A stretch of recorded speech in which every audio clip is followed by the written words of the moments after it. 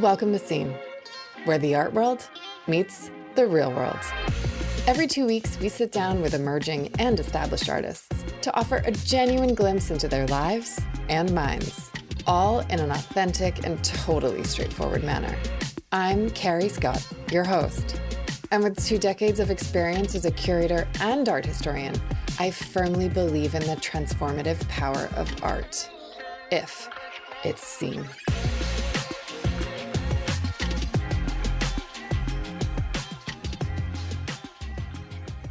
Let's be honest, the art world can be pretty allergic to sincerity. Whether it's animals, activism, actual emotion, it's just not cool to be sincere. Maybe that's a worldwide problem, not just an art world problem, but it is a thing. And yet here I am talking to Charlie Hamilton James about his project, which is totally sincere. And I tried to catch him out about 10 times. I tried to find the fatal flaw in his project, and it's just not there. This is a man who truly believes that what he's doing is important because it is. It is crucially important. This conversation wasn't easy. It's not easy to engage with his work on the level that it requires, but it was so worth having.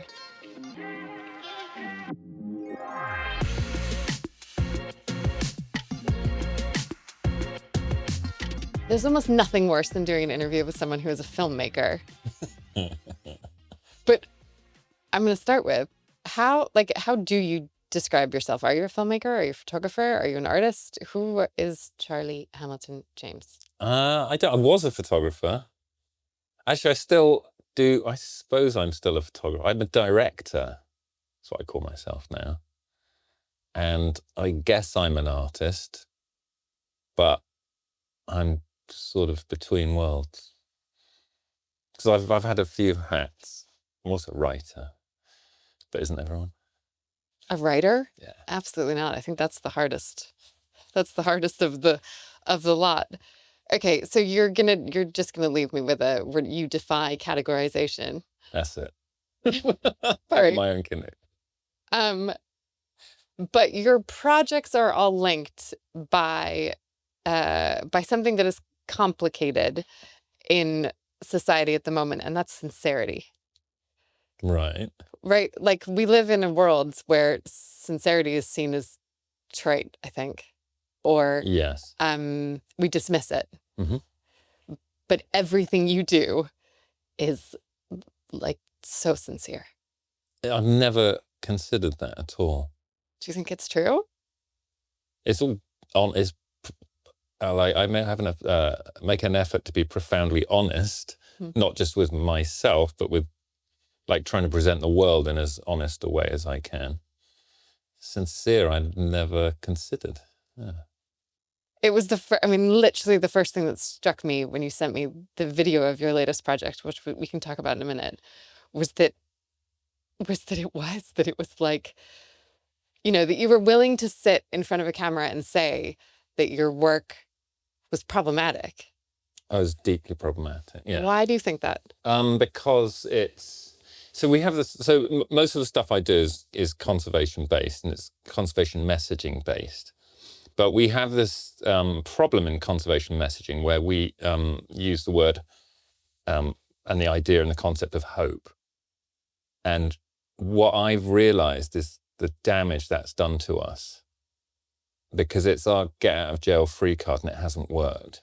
And so I'm now on this sort of journey, which I don't know I don't know where it's going. I don't know where it ends, but I'm on this journey to bust through the myth of hope and actually consider what's actually happening and present, I think, a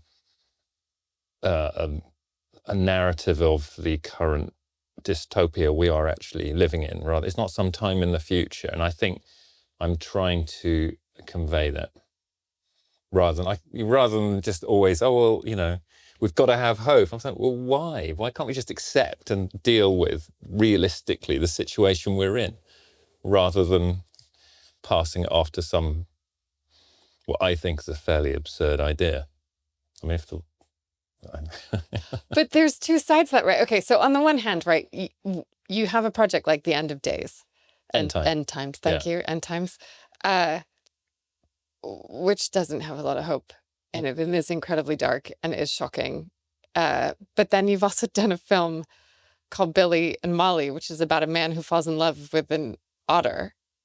And it's all about hope and joy and happiness.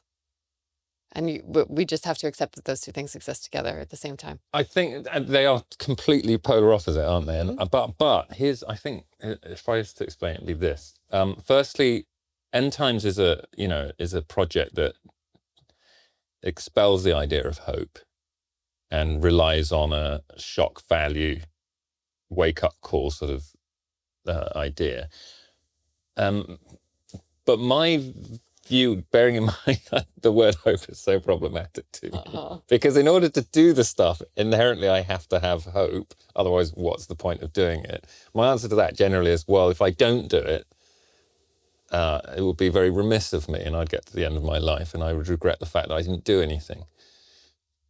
But the thing about Billy and Molly is it's a film about human connection with nature.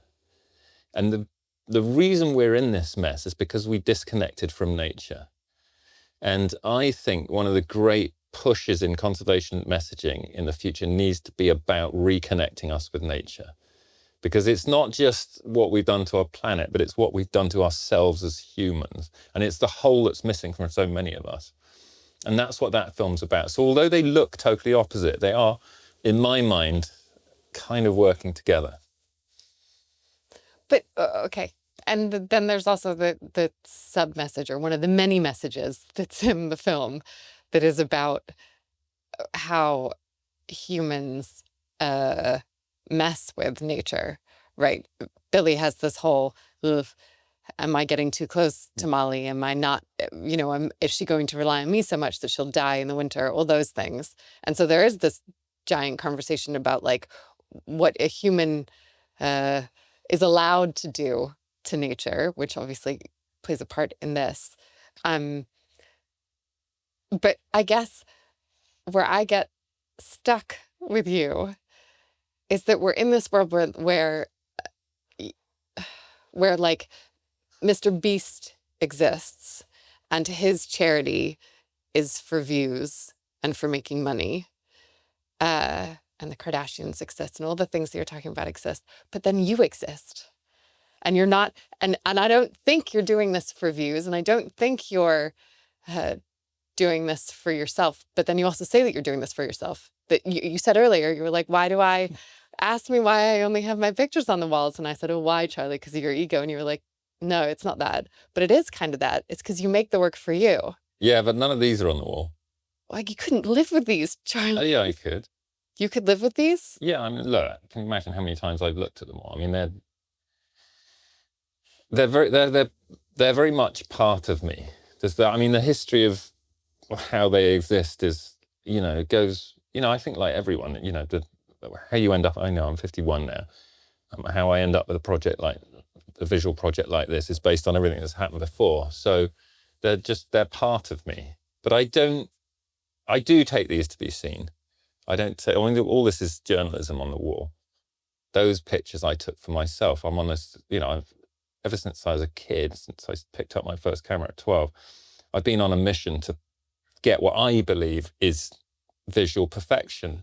But it's so subjective that it doesn't apply to anyone else. So that's why I do it. I want to master aesthetic, visual perfection for me, for the idea that's in my head.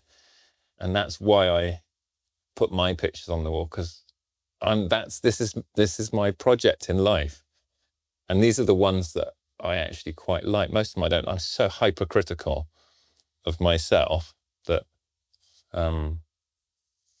these are the ones I like. What's it like shooting this? Like, what's it like being there? It's so weird. It's culturally weird. That's the biggest thing. So I can cope with the dichotomy of, if you get Martha here, if we get this picture, like that, I took this in Samburu National Reserve last year. No, it's 2 years ago in Kenya. Where is that, in Kenya? Yeah, northern Kenya. And of course, the Samburu are all there with me while I'm taking it. So culturally, I want them to know and understand what is actually being done here. Otherwise, I'm creating a problem. Mm-hmm. I'm just going. I'm not creating an image. I'm creating a problem, and I don't want to. So this was taken once everyone's on board, and we had a lot of discussions about it, and they all, of course, they all got it. And so, but then the actual is so weird doing it, because it's not like going to buy a loaf of bread, is it? I'm lying Martha down next to a rotting elephant, and Martha's crying, and I'm totally like no emotion at all. I'm not dealing with it at all. So you've just shut down. Yeah, so that's how I work. And then it all comes out later. And now I know it all comes out. And so the stress and the emotion of doing it, it's all buried. I'm just like, but that's always been the way, I've spent years photographing horrible things. And at the time, you don't deal with it. But if you never deal with it, then it turns you into a bit of a mess. So, okay, hang on. I want to talk about this specifically, but I want to ask you again. What do you think you are? I don't think you're a filmmaker or director. I think an artist. You're almost, I don't know. I don't want to say like you're an activist. I don't know that there's a word for, you're like on a mission here to make a point. Yeah. No, I am on a mission to make a point, but I also enjoy doing it. Okay. I mean, I'm not, when you talk about sincerity, I'm not going to sit here and go like, pretend I'm sad about it. I'm not. I really enjoy doing it. And I know that really messed up pictures. You're not sad about it? What do you mean? No, but look, when we shot this, right, the actual process of doing it, we're all like, I'm there with, there's like 15 of us, and there's lights, actually it's not, there's probably 8 or something here. But we're all working, we're all having a laugh while we're doing it. But it's not about the process, about the image, isn't it? And then we look at the image and I'm like, I look at this image makes me cry all the time. It's so like, that of all the pictures I've ever taken, this one messes me up the most. But when I took it, it's an absolute kick bollock scramble to get the last light, the TV has to actually be bright enough, which means the ambient light has to be almost, the sun's set, I got studio lights. Do you see what I mean? So I don't have time to, and everyone, I'm directing everyone, all the lighting and everything. And, we've all been standing there all afternoon chatting. So that in reality, yes, you're doing a sad thing, but also in reality, there's a whole crew of you that have been doing it all afternoon. You're all just, do you know what I mean? Did you worry about showing them something they've never seen before? No, everyone's just, I'm so honest with everyone while we're doing it. And I show people all the process the whole time. I show everyone what we're doing. This is what we're doing. I show them the back of the camera and, I don't want anyone to feel they weren't involved. I can't remember the name of the photographer, but the war photographer who kept moving bodies during the Gettysburg. Do you know about this? No. I wish I could remember the reference. So there was a war photographer in the American Civil War who he would yank bodies into position to make the battlefield look more dramatic. And every time I look at the series, it's what I think of. Well, I have absolutely done that. That was all I've done. I didn't drag this elephant in, it was too heavy. But, do you know what I mean? I dragged this cow into position. You did? Yeah, but yeah. I wanted it, Pauline and I, Pauline's my film producer, we got it into this, because it's a posed picture. It's not journalism, it's a weird mix of art and journalism. I don't really know what it is. But fundamentally, it's I think now, fundamentally it's a truth, and it's not AI and it's not photoshopped, and that's super important to me. I mean, the fact I moved a dead cow 30 feet is, it's a staged picture. I'm not pretending it's anything else. Why did you decide to show these as photographs and not do a film? Because we've been talking about doing a film on it for years, but we haven't figured out how. I wouldn't want to watch a film on me pouncing around the world taking pictures. I find it. Well, I wouldn't. I can't figure out the greater narrative to tell the story. I think I figured it out now, but you know. Where do you want these to end up? Where do you want the photos to end up? I'm not sure. I mean, I'm only printing, like, there's only ever going to be 5 of. So they're all limited to 5. So they are. Not these. These all get destroyed. Yeah. So the big ones are 48 by 68. They're massive. Like the giraffe it's another Inches. They're huge. Yeah, they're huge, and they're all going to be. Giraffe isn't in there. Maybe I haven't even printed it big. The giraffe is massive. It's in LA at the moment. So, but you and they're only going to be 5. But you see them as fine art prints. Yeah, and then I'm going to give money back to. I was going to give I was going to basically ask and get some, and then I was going to give the money back to the wherever they were taken. So it was a kind of joint venture between all of us. So it's an exhibition, you see. That's where you see this. Yeah, I'd like to at some point. I want to put some billboard. I want to put this on a billboard. I don't know. Do you know what the thing is, right? I'm really good at doing this. I'm fucking shit at doing anything else. So I couldn't organise a piss up in a brewery. So I don't know what to do. And so every time I try and think of some grand plan, I just think, oh, sod it, I'm just going to take another picture. And so then I go and blow all my money. I never sold one, ever. Then I go and take another picture. And then I get back and I'm like, oh, what am I going to do with them all? So there. But you've stolen my question, because I was going to ask you, like, do you want them hanging on the walls of the Gagosian, or do you want them in a petrol station lay-by? Like, I don't know, what's the Gagosian? It's the best question ever. One of the biggest galleries in the world. Okay, right. I would rather they. It is the biggest by footprint. Is it? Where is it? Yeah, they're everywhere. Okay. London, LA, New York. I'd like to see like the giraffe in the museum. I think particularly the giraffe. I've got a copy of this. Like at the V&A. Yeah.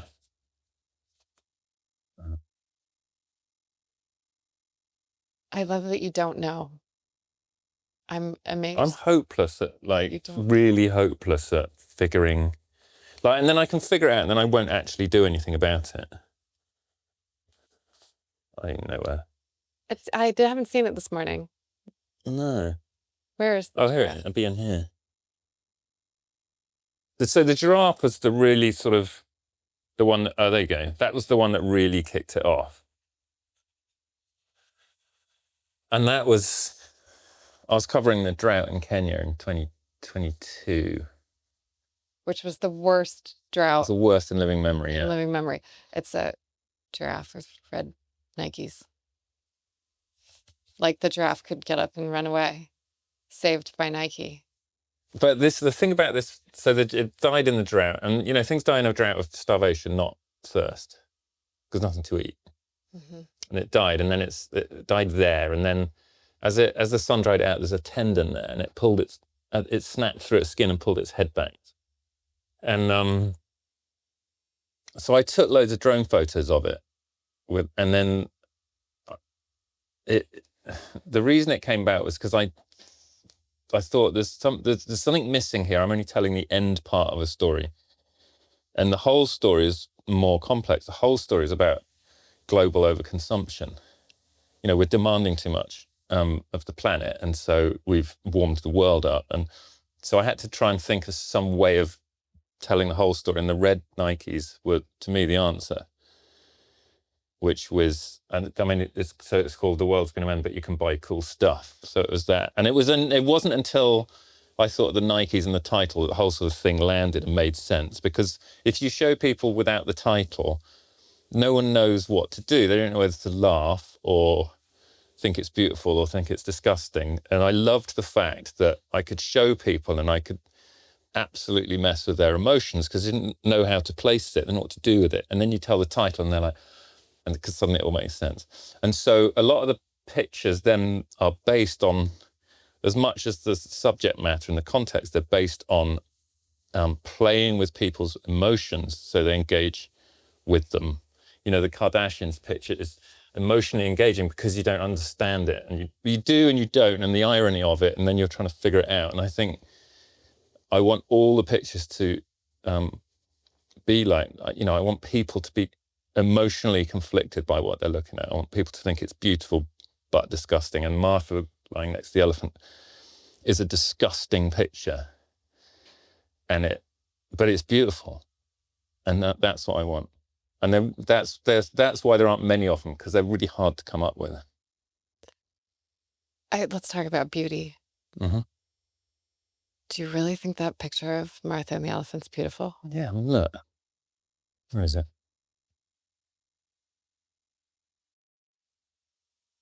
I mean, that dress is beautiful. Yeah, she's beautiful. She is.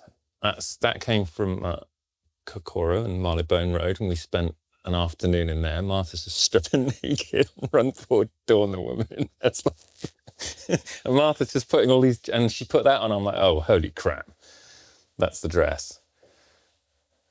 But you didn't know that the innards of the elephant were going to be that color? No, when we went there, I had GPS points for 18 dead elephants, and this was the second one we looked How at. do you even get that? How do you get GPS points for dead elephants or dead animals? Because I've worked in the field for forever. I've got friends everywhere, so I worked with Save the Elephants, who gave me the GPS points, and you know, I explained what I wanted to do.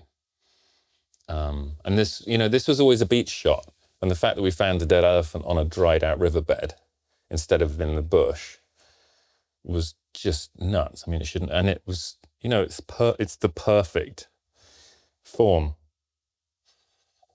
You kind of look at me because I think I talk about it with such sort of unemotional terms. Yeah. Which comes back to the sincerity part. Like when I first looked at this, I thought, here we go again. Like, it's some person virtue signaling. It's this Mr. Beast culture. I think, who's Mr. Beast? I've heard of him. Who is? God, I mean, my son's in the room. He should tell us. He is a chap who played 1,000 billion hours of video games on YouTube and built this huge empire.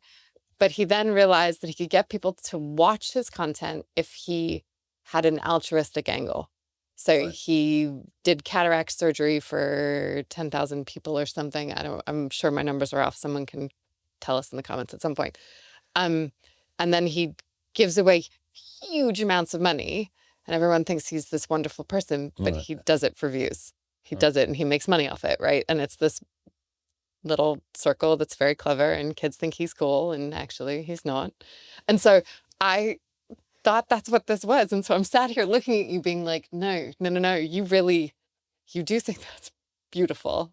And like, you're okay with these contradictory things existing at once. Like that Billy is out in the world trying to save a single otter, but that we are heating up our planet and consuming all this nonsense and killing it at the same time. And you're okay with it. And I don't know how that's possible. Well, I live with, I'm very aware of what we're doing to the planet. I study it. I don't hide from it. And I can either, and don't forget, I've been doing this forever. The only way to cope with it is just to not cope with it, right? And I think I just turn it off, and I go in and out of that ability to turn it on and off. And when I'm taking them, as I just said, it's turned off, and it'll get me when I'm sitting there on my own. That's when it comes out, and my journey as a visual storyteller is inexorably linked to my ability to turn my emotions on and off. And so when I started working at National Geographic, my editor, Kathy, was like, your pictures are very static. There's no emotion to them. And I was like, I didn't know what she meant. And so I went on this 20-year journey to understand visual emotion, and that ultimately then understanding my own emotion. And it wasn't till 3, 4 years ago when I had a breakdown and the whole fucking lot came out and I basically cried for 2 years, that I really actually understood how to express it. And these pictures have all come since. And so now I know when it goes in, for instance, I know it's going to come out because it's just, it does. And I don't stop it anymore. But if I'm in the process and I'm talking about stuff objectively, yeah, it's fine. But when the bottle gets full and the lid blows off, it comes out. But I'm much happier, actually. I've never been so... I've been bottling it up my whole life. Now I don't. I'll cry at Police Academy 4 now if you put it on. Police Academy. I'll buy anything you put on. I'm just... I cry at Billy and Molly every 4 minutes in, every single time I watch it. I just sit there crying. When I met Billy and Susan, all I did was cry in Billy's garage, and he's like, "Who the hell is this guy?" He didn't know me. And I was just a wreck. I was burnt out. I'd been in a horrendous relationship, and I was just an absolute mess of a human. And then Billy and Susan just like giving me hugs, and they didn't even know me. So I just cried my way through this whole filmmaking process. And yeah, so I think these are all born out of, and that film is all born out of the transformation from that moment of emotional collapse, and then trying to rebuild and re-understand who you actually are. But yeah. Do you want your audience to go through, to have the same experience that you've had? To see it the way that you see it? So I'm really conflicted always about the audience. Like, I've created these to be seen, but I've never worked in photography to be seen. It's always been a result of, that's what's paid for me to do it. I do want the audience to be conflicted by it, but I never go through the process I've been with it, because it's far more complex for me to sort of go and see it and do it, and also understand the actual scale of it that these things represent. So they're never going to have that process, but I do want to make people, like this to me, I always call it a baseball bat around the face picture.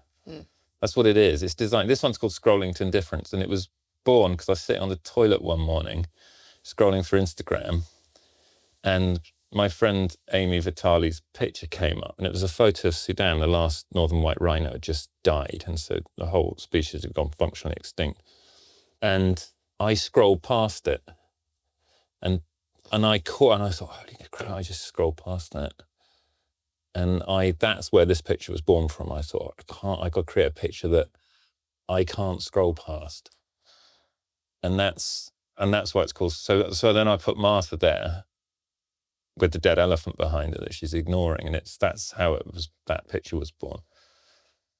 And so I straddle this line between, obviously I have to have some hope, otherwise there's no point doing it, but being completely cynical about the whole idea of hope at the same time.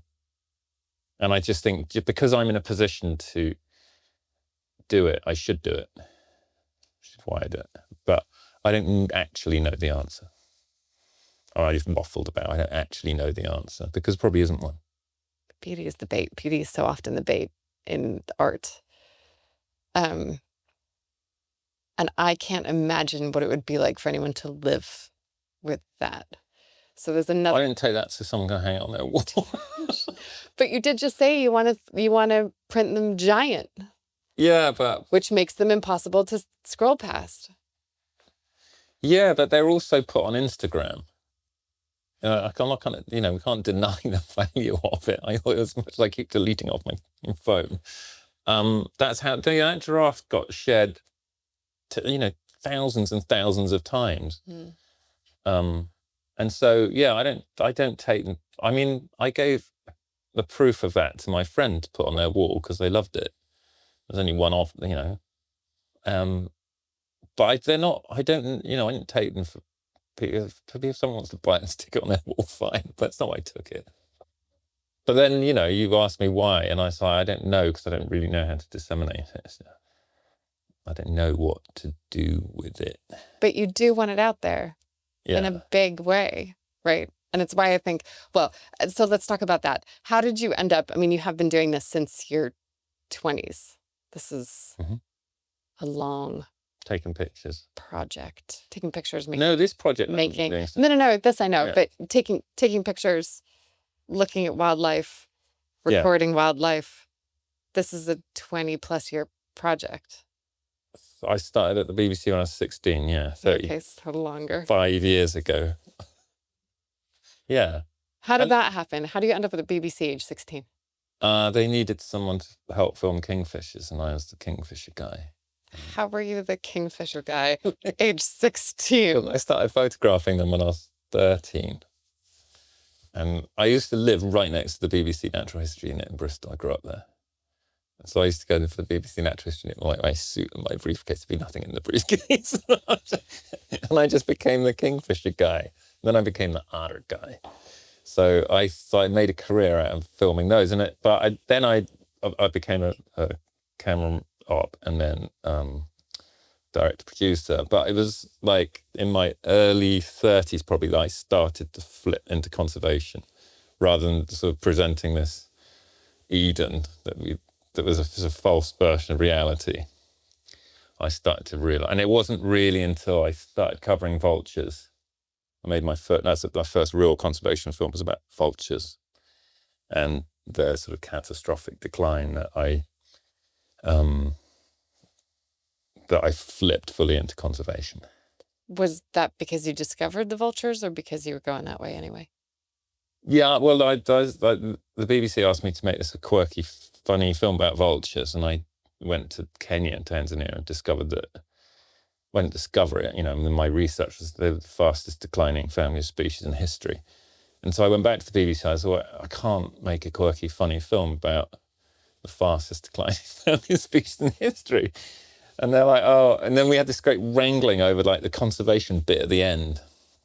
I was allowed 5 minutes and I eventually got 10. And I was like, and then Nat Geo, after the film came out, Nat Geo came to me and said, can you do a quirky, funny story on vultures? And I said, no. And I told them the story and they're like, holy crap, this is a big story. We need to really cover this. So we did this 26-page geopolitical story on why the vulture population is declining. And that was the sort of full-time flip into. And at the same time I was doing that, I bought this illegal coca plantation in Peru, and we made this series for BBC Two called I Bought a Rainforest, and it was about how I bought this fucking stupid coca plantation, and with all this absurd colonial ideas of saving a bit of rainforest. And so I went out and I went and, lived with illegal loggers and worked with an illegal gold mine, did all this stuff. And it really just had a huge effect on who I was and how I understood conservation, to the point where when it all finally came out, the Daily Mail described me as a whinging liberal, which became my email signature for years. Whinging liberal. But what it did is it made me realize that conservation was not binary. It wasn't a black and white issue. It was a really complex socioeconomic issue. And I took away from that a much greater empathy towards, I think, people in the Amazon, for instance, who are cutting trees down. So my messaging was then never about rubbishing those people. It was all about neutrally trying to, and journalistically trying to understand the serious problems rather than just casting them as good and bad. There's really so seldom good or bad. It's all very complicated, isn't it? Do you feel guilty? What about? Oh. Well, okay. Start with, I was worried in this. I'm like, those children have probably never heard of the Kardashians. They've never seen the Kardashians. Mm-hmm. Do you feel guilty that you've exposed them to the Kardashians? No. No. I mean, they didn't sit and watch Kardashians for weeks on end. That's not how it works. What if they are now? No, this family aren't. No, I don't. I mean, I told them what I was doing. I paid them. I continued to pay them. and they're essentially props in an image. It's not about that family. And so, and I've worked a lot with, this is in Maranhão in Eastern Amazon. I've worked a lot covering issues that the Guajajara and the Awa Guajajara face. And I worked with the fire crews there. So it was, yeah, no, I don't feel guilty about it. I wouldn't do it if I felt guilty. If I felt that I was putting them in a compromising or uncomfortable position morally or ethically, I wouldn't do it. Do you think it's manipulation, using beauty to expose horror? Yeah. Oh, they're highly manipulative, all these pictures. I'm deliberately manipulative. And Billy and Molly. Is very manipulative. Okay, so when we cut Billy and Molly, I thought, I can't keep making the audience cry. And we pulled it right back. Because we could have had you bawling your eyes out for a lot longer. And actually, I don't want to. It was a conscious decision not to over manipulate. But these are different. These are as manipulative as I can make them. As possibly, I couldn't make them more manipulative. They're 100% designed to mess with your head. And that's why I take them. I want you to look at a picture and be utterly conflicted by it. And I think beauty and humor clash so catastrophically with horror of what we're actually doing that creates a conflict in you. And I want you to be conflicted. If I show you this picture, for instance, of a bushmeat market selling vulture heads that's in Durban. It's a horrible picture, but it doesn't conflict you. It's just another photojournalistic African misery porn photo. It doesn't achieve anything. It does achieve something. It tells a story about an issue that's going on, but you're not emotionally engaged in it in the same way you are as if you look at this or this. Whether you like them or not, you can't not emotionally engage in them. I hate them. I know that I hate them. No, and I mean that, right? Like, that's the other part about this. You're not biased. Are you supposed to like them? I don't know. I don't really care whether you like them. That's not the point. The point is you're like, holy shit, that's messed up. It is messed up. But it's true. To me, that's more true than the truth. Do you know what I mean? Like, no. How can something be more true than the truth? So that is a global platitude, isn't it? Thoughts and prayers is the world's most famous platitude, isn't it? And there's a guy dying because there's a guy, Peter, with a dead cow that's died in a drought caused by the climate crisis, right? And the only way we can really deal with it is through some of these stupid platitudes. So that's what it's about. That's, if you look at like this, like if you look at the history of destruction of the Amazon due to religious, Christian colonialism, and how it's in bed with oil companies and everything else, that is a very powerful explanation of that. But it's powerful because it's so weirdly conflicting. And also it's because you think it's fake and then you realize it's not. So I think that's all part of it, which is why we film it all. Even if it's with our phones, everything has to be filmed so that you actually know it's real. You said I don't know that I care. I said I hate it. I do. I find these so hard that I'm like, I don't like this. But what do you hope I don't say? Like, or what the audience, I know you don't think about the audience all that much, but what do you, if someone sees that, you presumably you hope I don't say, oh, that's cool. No, I used to play with people with the giraffe picture because I'd show it that context. But it was all part of the process of trying to understand how that sort of emotional conflict worked. And I don't know the answer. Did anyone say anything when you showed it to them? You were like, oh, that's not what I want. No, people tend. Do you know when I posted the giraffe and the elephant with Martha on Instagram? I was shaking when I posted the giraffe because it was the first time I'd ever like publicly shown any of the work, and I was. And you've been called a whinging liberal already. So That was years ago, but no, I was shaking. I was so nervous because I don't, I don't want to be attacked. I don't really like it. And I posted it, and it got a pretty good response in the sense that people got it, and that's actually what I wanted. That I wanted people to get it. I got a few people saying it was disrespectful and everything else, which I was expecting. And then when I posted the elephant picture of Martha lying next to it, I thought, oh, I'm going to get absolutely hammered, and I didn't. I think I got one negative comment, and that was really surprising. How I think people were actually. They got it. It wasn't, yeah. So I think people do, they might be horrible, but I think people actually did want to engage with them and see them. But this is the thing, it doesn't make any difference whether,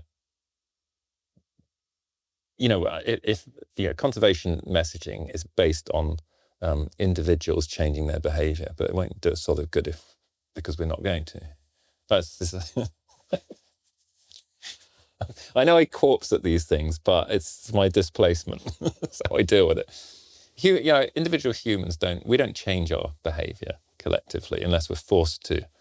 So we can message people all the time about, eat less beef or drive the car less or do your recycling, but we don't do it until we're legislated to do it, or unless market, economics makes it better for us.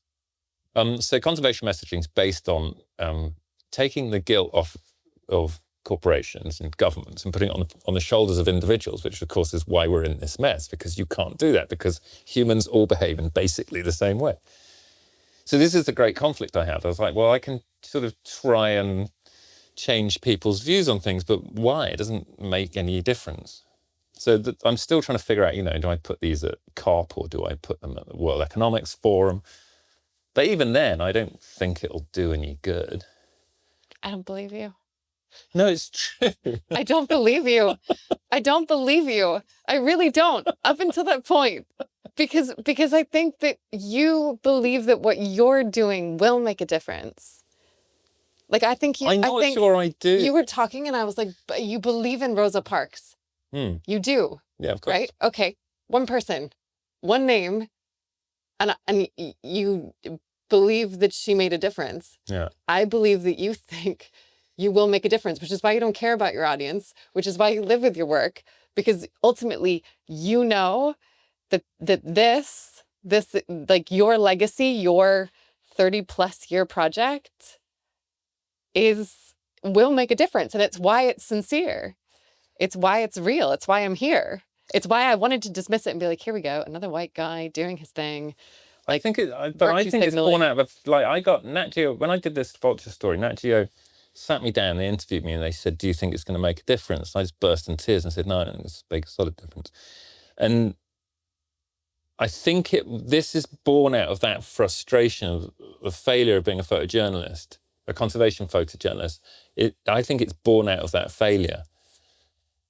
It's like, I spent years and years, pissing against the wind, basically. Okay, how can I step it up a notch? What can I do? But at the same time, it's the presentation this is a pessimistic narrative. It's not hopeful. This is like, wake up. Do you know what I mean? But then, then I contradict myself again, saying, well, what's the point anyway? But it's because there is no actual answer. That's the bottom line. I'm trying to give you an answer, but there isn't one. No. Yeah, that's the problem. But I just would be remiss of me not to try and do something, whether I think it would do any good or not. That's the thing. I think you're talking about something even bigger than the world being on fire, which it is. But I think this is a warning shot to us losing our ability to be empathetic to scroll past things, to Yeah, look at news stories. that one of Martha, 100% was that, because I had lost it. Like I had gone past. I'm like, Christ, I know the story behind that white rhino, yet I scrolled past it. I'm like, oh, crap! If I can do that, Anyone can. yeah, that's why it's scary. And also, you know, we're living in a world where, you know, powerful print journalism is dying. It's like, how can I reframe the messaging? What can I do to create a new visual narrative, a new way of storytelling? And that's, to me, is to create these dystopian pictures that are objectively true and beautiful. That's a beautiful picture.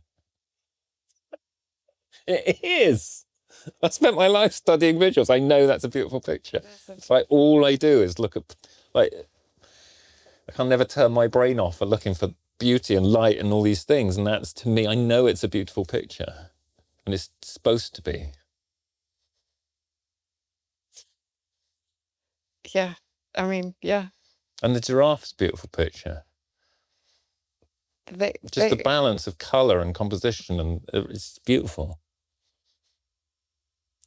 I agree with you, but I hate them. Good. Which is exactly what you want. You Exactly. You just said Well, it's good. because you're so conflicted by them. I am. Yeah. I am. I love them. Well, yep.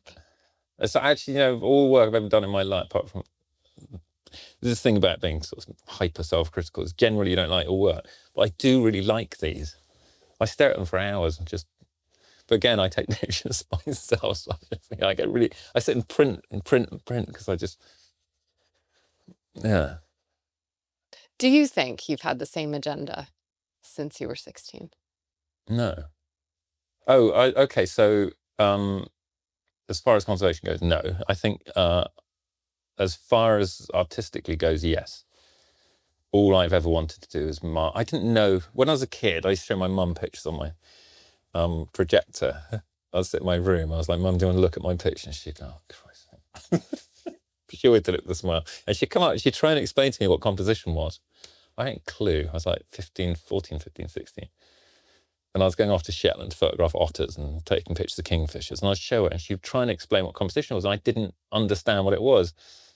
And it wasn't really until my sort of mid to late teens where I started painting and trying to compose pictures and by painting rather than taking pictures. I'd start, and then that put me on this track of I've just spent my life trying to perfect that craft of composition and light and everything else. And so these to me aren't photographs to me. They go beyond. I just used a camera to capture it because I don't really take pictures anymore. This is the sort of, but also it's growing up watching Monty Python. It's getting bullied at school. It's like all of the things that, like, I got bullied a lot at school, and my dad died when I was a kid, and and I was skinny, and so I had to be funny in order to survive. And so, you know, even they're funny. Do you know what I mean? And so, you know, it's a whole lifetime of all these little things, and have finally come together to me in this project. And then I've combined it with the sort of conservation message and mission I've been on. It's all come together to, yeah. So the answer's yes. I can't remember what the question. Rambling on. Whether the agenda has always been the same. Yeah, it's all visuals. I think that's right. It's exhausting. Just turn it off. Yeah, it's all about pictures. And failure. And failure. Yeah. In what sense? So I don't take pictures so much anymore because I got so exhausted by failure. Because nothing was ever good enough. And then now I don't do it. I don't ruin every experience I have. You know, I used to go and watch lions now without having to take pictures of them. And everything was a transaction. You know, if I went and lived with a tribe, you know, everything was about extraction and getting something. I couldn't live and be because there was this pressure to be on it. And the pictures were never good enough. So it was this, I lived under the weight of this sort of transactional failure, and I don't want to. So I stopped doing it. I stopped taking pictures because that's the thing about being hyper self-critical, I think. Now you just make movies that look like giant photographs in every scene. Yeah, it's quite pretty, that film, isn't it? So pretty. The number of times I said out loud, that could be a photograph. But we shot it like that. So Jeff, the producer, and I got together and were like, okay, let's shoot this film like a still photo. Yeah. And we only filmed when the light was nice. You go to show and it's miserable. We play Caribbean in that film. There's an amazing book called Yellow Raft on Blue Water. It's a Native American that's nice novel. Yeah, I'll get that for Billy. Should get that for Billy. Yeah, his little yellow boat. Mm-hmm. I have no way to end this. I normally have an exit, and I keep looking at my notes being like, right, how do we go out? But I've got nothing except for thank you, I think. There you go. I think this is my problem with you, is that I'm not sure I feel better. I think I feel worse. Yeah, but then I made Billy and Molly, so you can feel better. Yeah, I'll go watch that again. Yeah. But I think that also makes me feel worse. Why? It's lovely. It's amazing. Billy and Molly, okay. But hang on. It's not because I said it to my boys. They're 8 and 11, and I said last night, I was like, oh my God, you're gonna leave me like Molly leaves. So I was having a whole existential crisis about my children leaving me. So no, it doesn't make me feel better. Thanks. But maybe that's the whole point, right? Is that you have accepted how impossibly hard this whole living thing is, and you're not scared of how hard it is, and that's pretty powerful. I just brush over. You can tell because I just sort of giggle my way sort of awkwardly through it now. I think you compartmentalize. 100%. And no, I do. And I laugh a lot, and I dance a lot, and I sort of thought, okay, I'm not going to let it get me down. I'm just going to keep doing whatever it is I do. Thanks for listening to this episode of the Scene Podcast. If you liked what you heard, I'd love it if you subscribe wherever you get your podcasts. And if you want to connect with us between episodes, follow us on Instagram at WatchSceneArt. I'm Carrie Scott, and I'll see you next time. Get it?